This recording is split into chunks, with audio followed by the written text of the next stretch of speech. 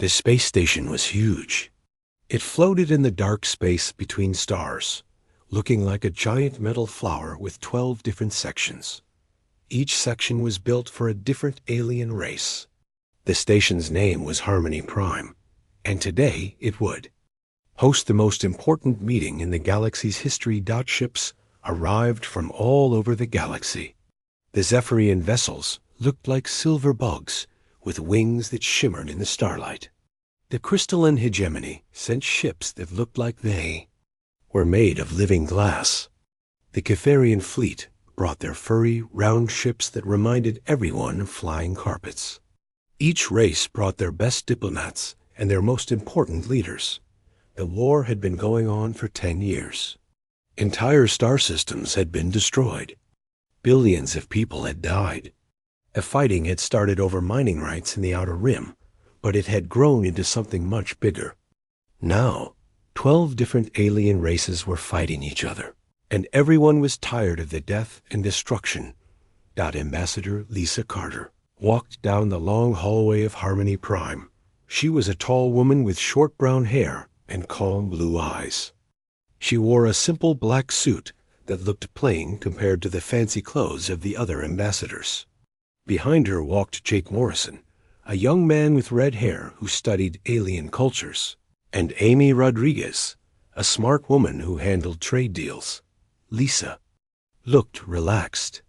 She smiled and nodded to the other ambassadors as they passed. This surprised many of the aliens. Their own ambassadors looked worried and scared. Many had lost friends and family in the war. Some had lost entire planets. The meeting room was enormous. It had 12 different sections, each designed for a different race. The Zephyrians needed high purchase because they were like giant insects. The crystalline beings needed special lights that helped them think.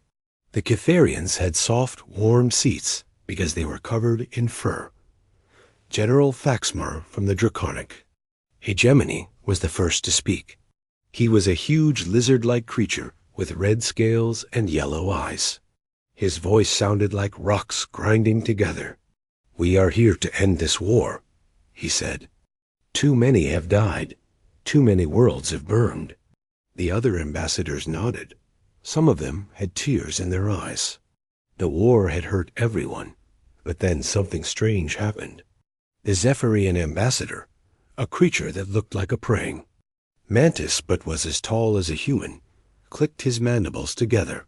This was how his people showed confusion. "Where are the human military leaders?"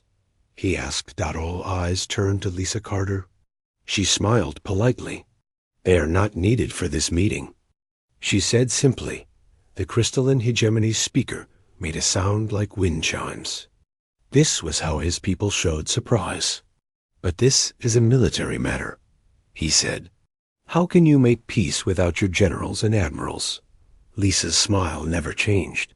"We trust our diplomatic team to handle everything," she said. The Catharian ambassador, a short creature covered in gray fur, twitched his whiskers.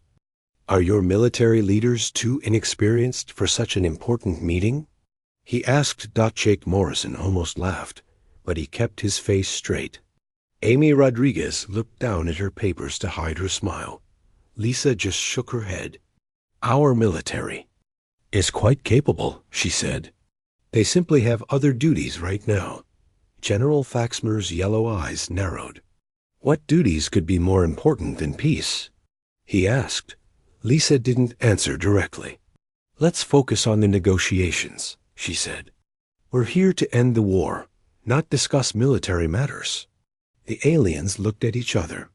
They had expected the humans to bring their top generals and admirals. Every other race had brought their military leaders. The Zephyrians had brought War Commander Zact H. The crystalline hegemony had brought Battle Speaker Resonance. Even the peaceful Catharians had brought their defense chief Whiskers, but the humans had brought only diplomats. This seemed wrong to the aliens. How could they make real peace without the people who fought the war? As the day went on, the aliens noticed something else strange about the humans. They seemed very confident. Not just confident, they seemed certain that the peace talks would succeed. When other ambassadors argued about territory or resources, the humans just smiled and waited. They acted like they already knew how everything would end. The Zephyrian ambassador was getting frustrated. "Your people have barely fought in this war," he said to Lisa. "Your fleets are small. Your worlds are far from the fighting. Why do you act like you control the outcome?" Lisa tilted her head slightly. "We don't control anything," she said. "We just want peace for everyone." But her voice was too calm. Her smile was too sure. The aliens began to feel nervous. Something was not right about the humans. The crystalline speaker made another wind chime sound. "Perhaps the humans are not taking this seriously," he said to the others. "Perhaps they think this is just a game." The Catharian ambassador's fur stood up slightly. This was a sign of worry among his people. "Or perhaps they know something we don't," he whispered. The first day of talks ended with little progress. The aliens were too busy trying to figure out what the humans were really thinking. Why were they so calm? Why did they seem so sure of themselves? And most importantly, where were their military leaders? As the ambassadors returned to their quarters, they all had the same thought. The humans were hiding something. But what could it be? The human military was small and had stayed out of most of the fighting. What could they possibly know that the great war fleets of the galaxy did not? That night, as the aliens tried to sleep, they all felt the same strange feeling. They felt like they were being watched. But when they looked out their windows into the darkness of space, they saw nothing but stars. The humans, meanwhile, slept peacefully. Lisa Carter even hummed a little song as she got ready for bed. Tomorrow would bring more negotiations, more confused aliens, and more questions. But she wasn't worried. She knew something the others didn't. Something that would change everything. The truth was coming. And when it did, the galaxy would never be the same again. Far away from the peace talks, on the hidden side of Earth's moon, Admiral Victoria Hayes stood in front of a wall of glowing screens. Each screen showed a different part of the galaxy. Red dots marked alien fleets. Blue dots marked human ships. But the strange thing was that there were far more blue dots than anyone outside this room knew about. The room was deep underground, in a place that didn't exist on any public map. The sign on the door said, "Luna Base, Classified Operations." Only a few dozen people in the entire galaxy knew what really happened here. Commander Ryan Collins walked up to the Admiral. He was a young man with dark hair and serious eyes. "Admiral Hayes," he said quietly, "all shadow fleets are in position." Victoria Hayes was a woman in her 50s, with gray hair and sharp green eyes. She had been planning this moment for 5 years. "Perfect," she said. "How many ships do we have deployed?" 237 vessels, Ryan answered, all completely invisible to alien sensors. They're positioned around every major alien world and military base in the galaxy. Victoria smiled, but it wasn't a happy smile. It was the smile of someone who held all the cards in a very dangerous game. "And they still don't know we're there?" "No, ma'am. As far as they know, our entire fleet is still here in the solar system, doing training exercises." This was the truth that no alien race suspected. While they had been fighting each other for 10 years, destroying their fleets and weakening their defenses, humanity had been very busy. They had been building a secret fleet using technology that shouldn't exist. The story began 3 years ago, when Captain Nick Sullivan found a crashed alien ship on a dead world. Nick was a tall man with brown hair and curious eyes. He loved exploring unknown places, which is why he had been chosen for long-range scouting missions. The ship was from the Zephyrian Empire, but it was unlike anything the humans had seen before. It was completely invisible to their sensors, even when they were standing right next to it. Nick and his team spent weeks studying the wreckage. They brought the ship back to Dr. Elena Walsh, the smartest scientist in the human government. Elena was a small woman with wild black hair and thick glasses. She spent her days in underground laboratories, trying to understand alien technology. When Elena saw the invisible ship, her eyes lit up like a child seeing presents on Christmas morning. "This changes everything," she whispered. "For 6 months, Elena and her team worked day and night. They took apart every piece of the alien ship. They studied every wire and every computer chip. And slowly, they began to understand how it worked. The aliens used something called phase shift technology. It bent light and radio waves around the ship, making it invisible to all sensors. But Elena discovered something amazing. The alien version was very basic. It was like they had invented the wheel, but had never thought to put it on a car. Elena made the technology better, much better. She created ships that were not only invisible, but also completely silent. They gave off no heat. They left no trail. They were like ghosts in space. The first test ship was called the Shadow. Captain Danny Foster volunteered to pilot it. Danny was a brave man with blonde hair and blue eyes. He had been a fighter pilot before joining the secret program. When Danny activated the new invisibility system, he disappeared completely, not just from radar or heat sensors, but from every type of detection the humans had, even their most advanced. Equipment couldn't find him. "This is incredible," Danny said over the radio. "I'm looking at our space station, and they have no idea I'm here. I could fly right into their docking bay, and they wouldn't know until I turned off the invisibility." Elena smiled. "That's exactly what we're hoping for." The human government made a decision that would change the galaxy forever. They would build a secret fleet of invisible ships. They would position these ships around every alien world, and they would wait. While the aliens fought their war, human shipyards worked around the clock. They built the ships in secret locations, inside asteroids, on the far side of distant moons, in the dark spaces between stars. Each ship was staffed by volunteers who knew they might never see their families again. Captain Maria Santos commanded the invisible ship Whisper.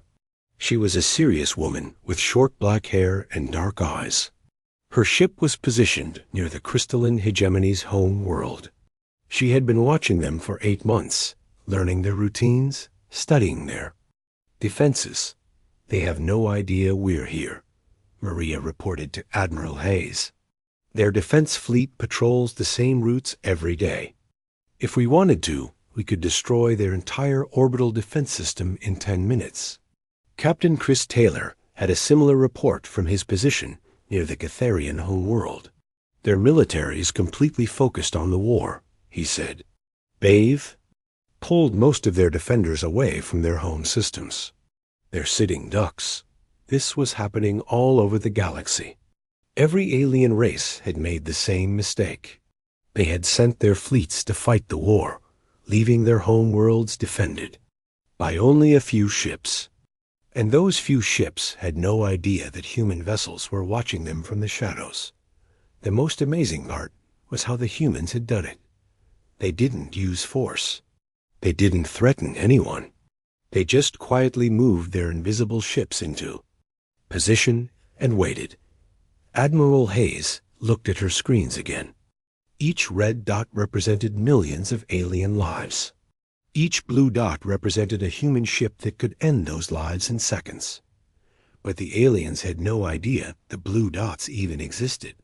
"Admiral," Ryan said, "we're getting a message from Ambassador Carter on Harmony Prime." Victoria nodded. "Put it through." Lisa Carter's voice came through the speakers, calm and professional. "Admiral, the peace talks are going as expected. The aliens are getting suspicious about our confidence. I think it's time to show them why we're so sure of ourselves." Victoria took a deep breath.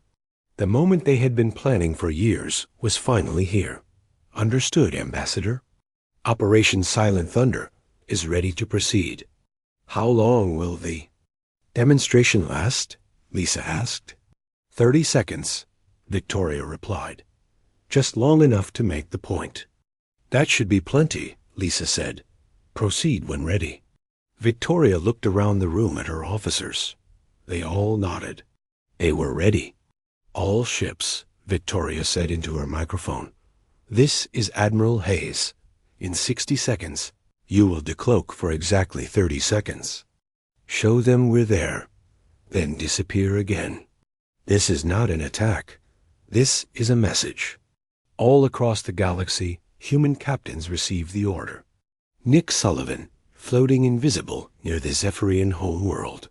Maria Santos, hidden near the crystalline capital. Danny Foster, watching the draconic military base. Chris Taylor, positioned above the Catharian defense fleet. They all had the same thought. After years of hiding, they were finally going to reveal themselves. The galaxy was about to learn the truth about human power. The countdown began. 60 seconds. 50, 40, 30. Victoria Hayes watched her screens, knowing that in a few seconds, the balance of power in the galaxy would shift forever. The aliens thought they were negotiating from positions of strength. They were about to learn how wrong they were. 10 seconds. 5, 4, 3, 2, 1.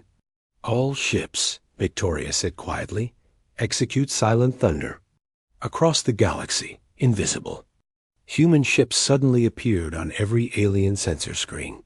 For 30 seconds, the aliens would see the truth. And then the real negotiations would begin. The peace talks were not going well. General Faxmer stood up from his chair, his red scales shining under the lights.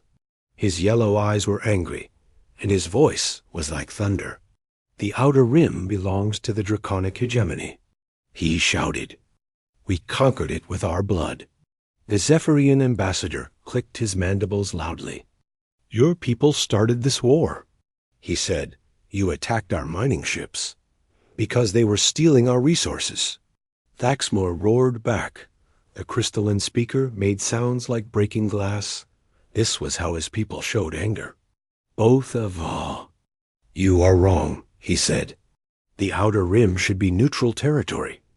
The Catharian ambassador's fur was standing straight up. He was very upset. My people just want the fighting to stop, he said. We've lost too many worlds. Other ambassadors joined the shouting. Some stood up and waved their arms. Others made angry sounds in languages that hurt human ears. The big meeting room was full of noise and anger. Lisa Carter sat quietly in her chair. She didn't shout or wave her arms. She just watched the aliens argue with each other. Jake Morrison and Amy Rodriguez sat next to her, also staying calm. Aren't you going to say something? The Zephyrian ambassador asked Lisa. Your people must have opinions about who should control the Outer Rim. Lisa smiled her calm smile. We just want peace, she said simply. Peace? General Faxmer laughed, but it wasn't a nice laugh. Peace is for the weak. The strong take what they want. The strong also know when to stop fighting, Lisa said quietly. The arguing continued for hours. The aliens couldn't agree on anything. Some wanted to keep fighting. Others wanted to divide up the Outer Rim. A few wanted to destroy it completely, so no one could have it. Finally, Lisa stood up. I think we need a break, she said. Let's meet again in 2 hours. The aliens looked surprised. Usually, when someone called for a break, they looked worried or tired. But Lisa looked completely calm, like she had expected this to happen. Fine, General Faxmer said. But when we come back, we're going to settle this once and for all. Lisa nodded. Yes, she said. I think we will. Lisa walked to a small room next to the meeting hall. It was a private communication chamber where ambassadors could talk to their home governments. She sat down at a desk with a large screen and pressed a button. The screen showed Admiral Hayes on Luna Base. "Admiral," Lisa said, "they're not listening to reason. I think it's time to show them the truth." Victoria Hayes nodded. "Are you sure? Once we do this, there's no going back." "I'm sure," Lisa said. "They need to understand the situation." Victoria looked at her watch. "Operation Silent Thunder will begin in 5 minutes. Make sure you're somewhere safe when it happens." "I'll be fine," Lisa said. "Just make sure your people are ready." "They've been ready for years," Victoria replied. Lisa ended the call and walked back to the meeting room. The aliens were still arguing, even during the break. She sat down and waited. Far away, on the hidden side of Earth's moon, Admiral Hayes spoke into her microphone. "All ships, this is Admiral Hayes. Operation Silent Thunder begins in 60 seconds. Remember, this is a demonstration, not an attack. Show them we're there, then disappear. Make them understand that we've been watching all along, all across the galaxy." Human captains received the message. They had been waiting for this moment for years. Captain Nick Sullivan was floating invisible near the Zephyrian homeworld. His ship, the Shadow, was so close to their main space station that he could see individual aliens walking around inside it. "This is Shadow," he said into his radio. "Ready for Silent Thunder." Captain Maria Santos was hidden near the crystalline hegemony's capital world. Her ship, the Whisper, was positioned right next to their biggest military base. "This is Whisper," she said. "We're in position." Captain Danny Foster was watching the draconic military headquarters. His ship, the Ghost, was so close to their command center that he could hear their radio messages. "This is Ghost," he said, "ready to show ourselves." Captain Chris Taylor was above the Catharian Defense Fleet. His ship, the Phantom, was floating right in the middle of their patrol formation. "This is Phantom," she said, standing by. All over the galaxy, the same scene was playing out. Human ships that had been invisible for months or years were about to reveal themselves. Each ship was positioned in the most shocking place possible, right next to alien military bases, right above alien homeworlds, right in the middle of alien defense fleets. Admiral Hayes looked at her screens. Every red dot was covered by a blue dot. Every alien world, every alien fleet, every alien military base was being watched by human ships that nobody knew existed. 10 seconds, Victoria said. "All ships, prepare to decloak." On Harmony Prime, Lisa Carter looked at her watch. The aliens were still arguing about the outer rim, completely unaware that their entire galaxy was about to change. 5 seconds, Victoria said. Lisa took a deep breath. After this moment, the aliens would never look at humans the same way again. 3.2. Execute Silent Thunder. All across the galaxy, human ships suddenly appeared on every alien. Sensor screen. On the Zephyrian homeworld, alarms started screaming. Their defense commander, a tall insect-like creature, stared at his screens in shock.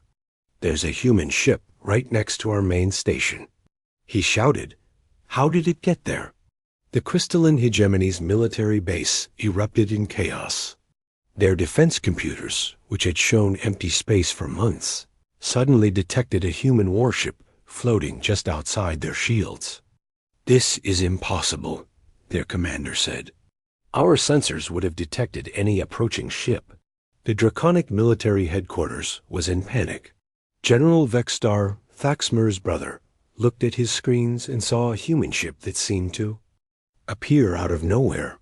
"How long has it been there?" he demanded. "How long have they been watching us?"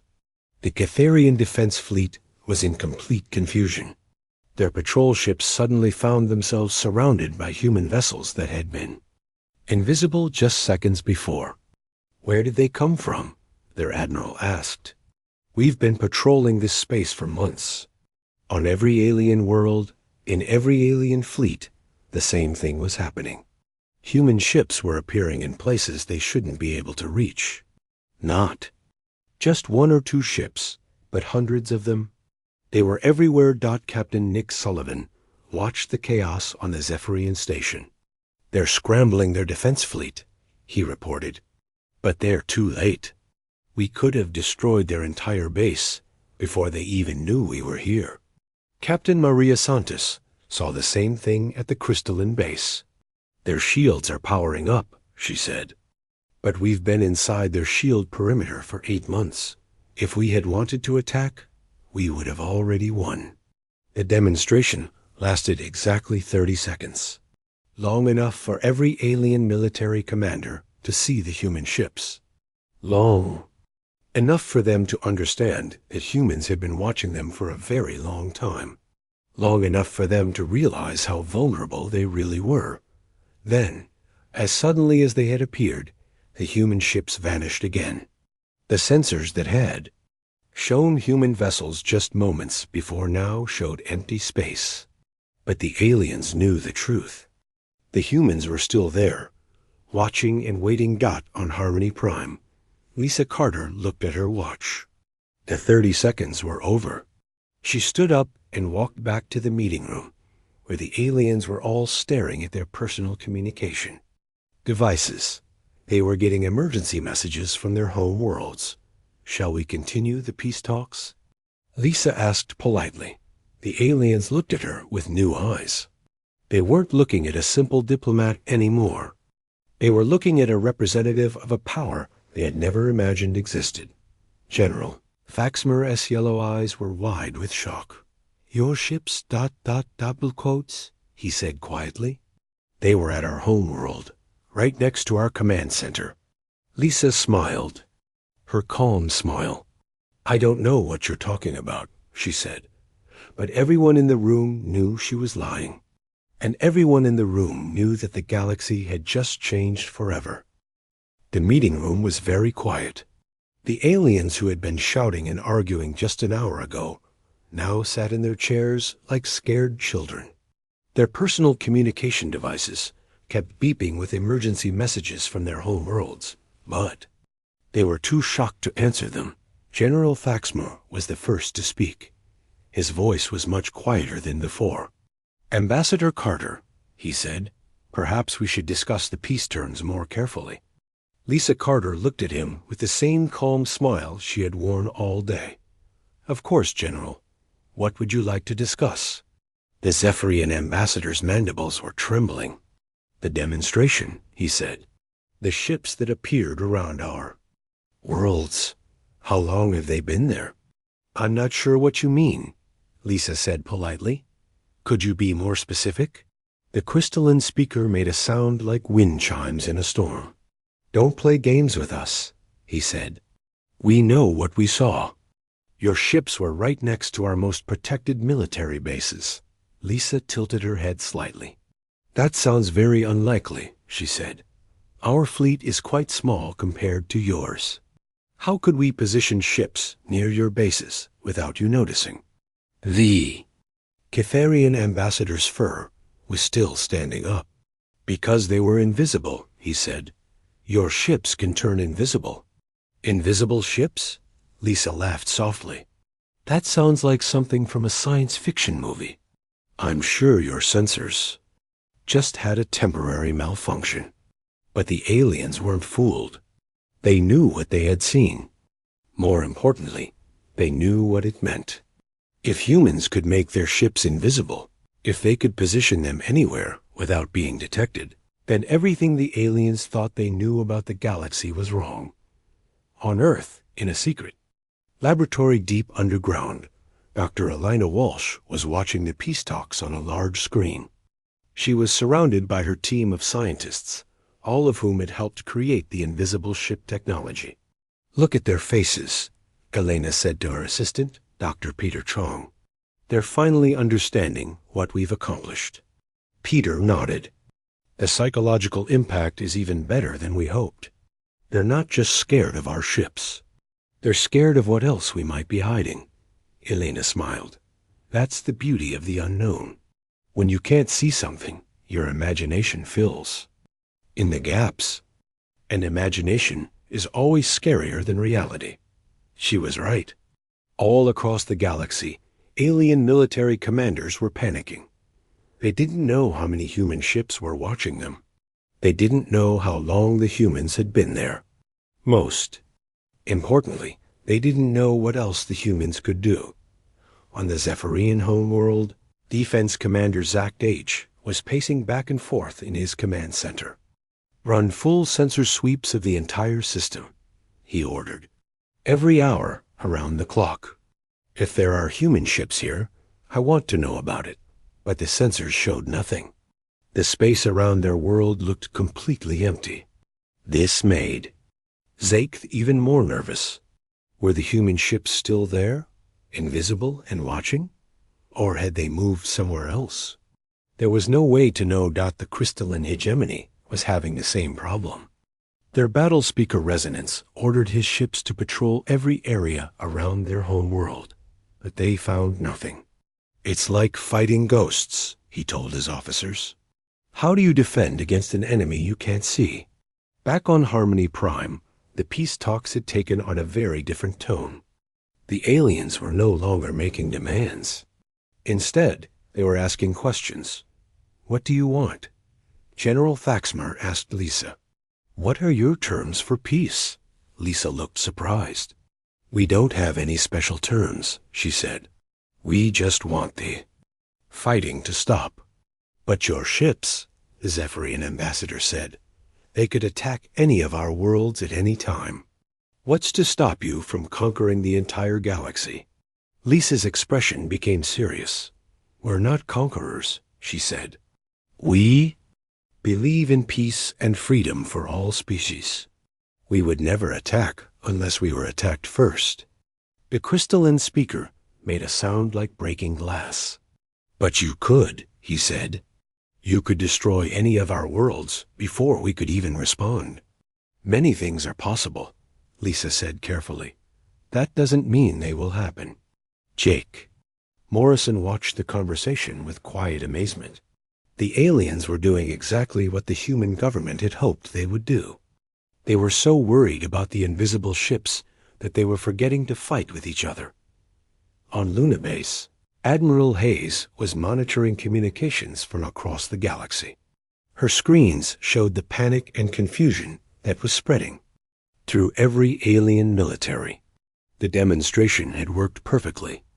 Admiral, Commander Ryan Collins said, we're intercepting communications from the Draconic Fleet. They're pulling their ships back to defend their home systems. What about the Zephyrians? Victoria asked. Same thing. They're ending their offensive operations and going into defensive positions. Victoria nodded. It's working. They're so worried about defending against us that they're stopping their attacks on each other. This was the real genius of the human plan. The aliens had been so focused on fighting each other that they had forgotten to watch for other threats. Now that they knew humans were watching them, they couldn't afford to leave their worlds UNDEFENDED. Captain Mick Sullivan, still invisible, near the Zephyrian home world, watched as their fleet came rushing back from the war zones. They're recalling every ship, he reported. Their entire offensive fleet is returning to home space. Captain Maria Santos saw the same thing happening with the crystalline hegemony. They're abandoning their forward bases, she said. All ships are returning to defend their core worlds. The same thing was happening all over the galaxy. Every alien race was pulling back their fleets, ending their attacks, and focusing on defense. The 10-year war was coming to an end not because of a peace treaty, but because everyone was too scared to keep fighting. On Harmony Prime, the peace talks were moving very quickly now. The aliens who had been arguing about territory were now agreeing to everything. They wanted to end the war as fast as possible so they could focus on the human threat. We propose neutral zones around all contested areas, the Zephyrian ambassador sighed. Agreed, said General Faxmer. We suggest international monitoring of all military movements, said the crystalline speaker. Agreed, said the Catharian ambassador. Lisa Carter watched with satisfaction as the aliens made peace with each other. They were so worried about the humans that they were willing to compromise on everything they had been fighting about. It seems like you're all very eager to reach an agreement, Lisa said. Peace is important, General Faxmer said quickly. We've all learned that war only brings suffering. Very wise, Lisa said. I'm sure your people will be happy to know the fighting is over. But everyone in the room knew the real reason for the sudden peace. The aliens weren't making peace because they wanted to. They were making peace because they were terrified of what humans might do. If the fighting continued, the Zephyrian ambassador leaned forward. Ambassador Carter, he said, will your government be willing to guarantee this peace? Will you help us maintain stability in the galaxy? Lisa pretended to think about it. I suppose we could provide some monitoring services, she said. 2. Make sure everyone follows the agreement. The aliens nodded eagerly. They wanted human monitoring because they thought it would protect them from each other. They didn't realize that they were asking the humans to become the police force of the galaxy. Dr. Elena Walsh laughed as she watched the negotiations. They're asking us to watch over them, she said to her team. They're voluntarily giving us control of the galaxy. It's perfect, Dr. Chong replied. We don't have to conquer anyone.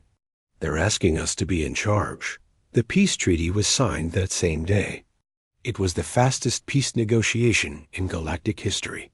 The aliens who had been fighting for 10 years agreed to stop fighting in less than 6 hours. But as the ambassadors shook hands and signed papers, they all knew the truth. The war wasn't ending because they had made peace with each other. The war was ending because there was a new power in the galaxy. A power that could watch them without being seen. That could strike without warning. That could end their civilizations before they even knew they were under attack. The humans had won the war without firing a single shot.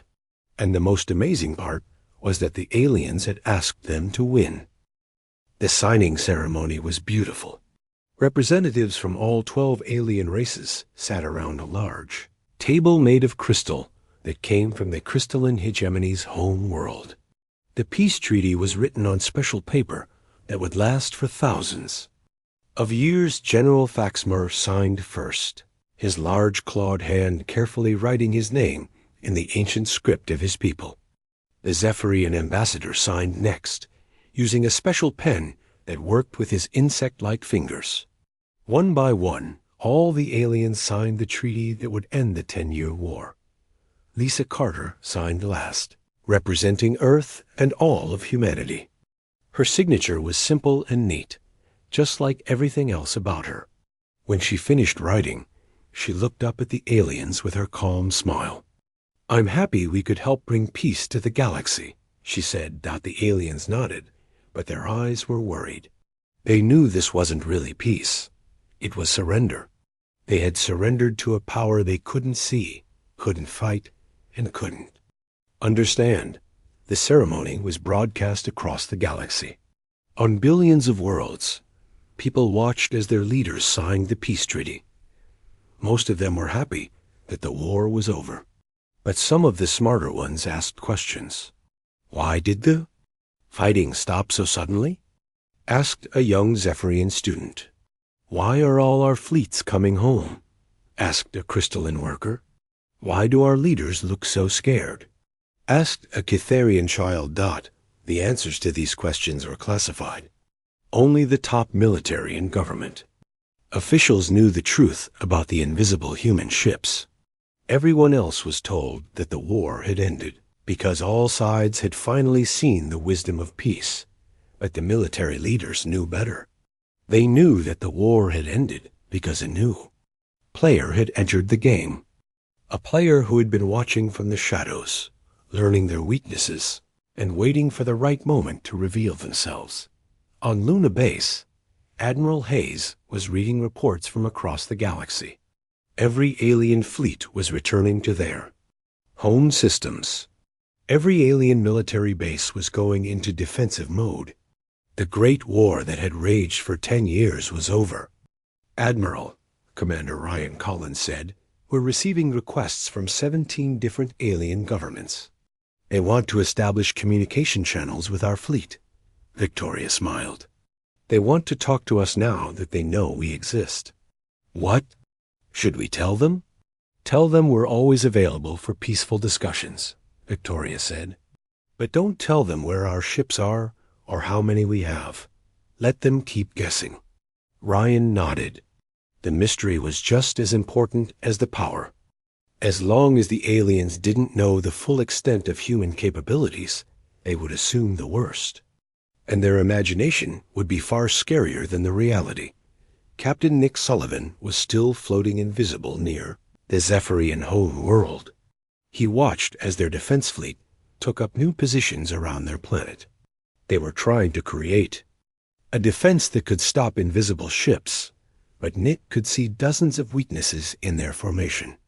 "They're trying so hard to protect themselves," Nick reported to Admiral Hayes, "but they don't understand our technology. Their defenses won't work against us." Captain Maria Santos had a similar report from the crystalline hegemony. "They're building new sensor arrays," she said, "trying to detect invisible ships. But they're looking for the wrong things. They'll never find us." This was happening all over the galaxy. Every alien race was spending enormous amounts of money and resources, trying to defend against the human threat. But they were defending against an enemy they didn't understand. Using technology that couldn't detect human ships. Dr. Elena Walsh was very pleased with the results. "They're wasting their time and money," she told her team. "Every resource they spend on trying to find us is a resource they can't spend on weapons or expansion." Dr. Peter Chong nodded. "It's perfect. They're weakening themselves while trying to defend against us." 6 months after the peace treaty was signed, the galaxy had changed completely. The alien races that had been fighting each other were now working together, but only because they were afraid of humanity. They shared information about human ships, human technology, and human movements. But since they didn't really understand any of these things, the information wasn't very helpful. The Galactic Council, which had been weak and divided during the war, suddenly became very important. All the alien races wanted to be part of a united front against the human threat. They created new laws about military cooperation and information sharing. Lisa Carter was invited to attend the new council meetings as an observer. She sat quietly in the back of the room, listening as the aliens discussed how to deal with the human presence in the galaxy. "We need to modernize our defense systems," said the Zephyrian representative. "We need to develop new sensor technology," said the crystalline speaker. "We need to work together," said the Catharian ambassador. Lisa listened to all of this with her calm smile. The aliens were doing exactly what the human government wanted them to do. They were uniting against a common threat, which meant they were no longer fighting each other. They were spending their resources on defense instead of weapons. Most importantly, they were asking humans to help monitor the peace. Jake Morrison, who was now Earth's permanent representative to the Galactic Council, often met with alien officials who wanted to understand human intentions. "What does Earth want from us?" asked the draconic ambassador during one meeting. "We want peace and stability," Jake replied honestly. "But your ships are everywhere," the ambassador said. "They watch our worlds, our fleets, our military bases." "Why?" Jake looked thoughtful. "Would you prefer that we ignored what was happening in the galaxy? Would you feel safer if we had no idea what other races were doing?" The ambassador was quiet for a moment. Then he shook his head. "No," he said, "I suppose monitoring is better than ignoring." This was the brilliant part of the human strategy. The aliens were scared of being watched, but they were even more scared of not being watched. They wanted to know that someone was keeping an eye on their enemies. They just wished that someone wasn't so mysterious and powerful. Amy Rodriguez, now Earth's trade representative, found that alien governments were very eager to make economic deals with humanity. They offered favorable trade agreements, resource sharing deals, and technology exchanges. They're trying to buy our friendship, Amy reported to Lisa. They think if they give us good deals, we'll protect them from each other. Lisa nodded. Let them think that. It's good for everyone if trade relationships are strong.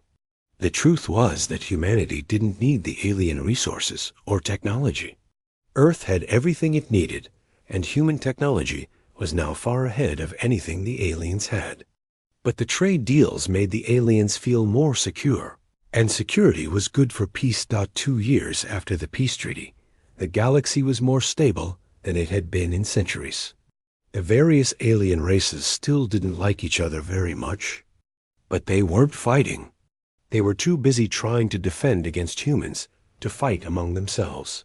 Captain Lavra Bennett, Admiral Hayes' daughter, was now commanding one of the newest invisible ships.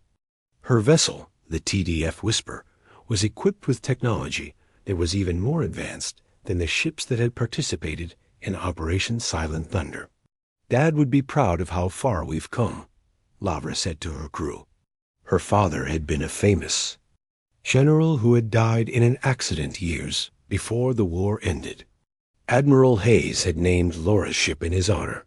Laura's ship was so advanced that it could not only turn invisible, but also change its shape and size on sensors. To alien detectors, it could look like a small asteroid, a piece of space debris, or even another alien ship. The new phase shift technology is incredible, Lavra reported to Admiral Hayes. We can make ourselves look like anything we want.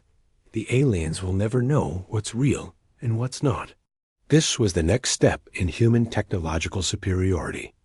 Not only could they hide their ships, but they could also create false images. Alien sensors might detect a human patrol, but it could actually be a single ship making itself look like an entire fleet.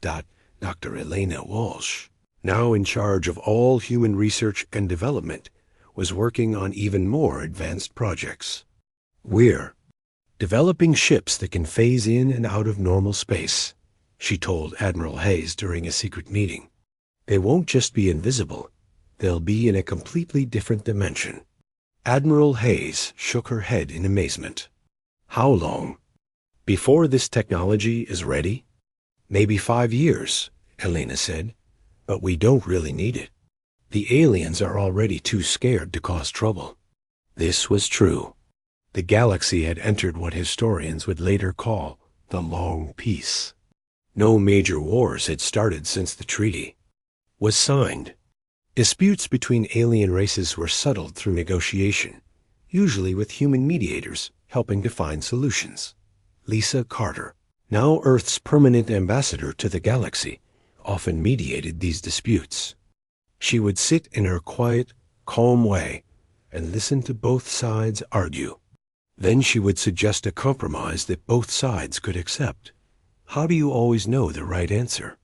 Asked the Zephyrian ambassador after one particularly difficult negotiation. Lisa smiled. I don't always know the right answer, she said, but I know that fighting is always the wrong answer. The alien was quiet for a moment. Is that why your ships watch us? He asked. To make sure we don't choose the wrong answer? Our ships are there to help maintain peace, Lisa said carefully. That's all.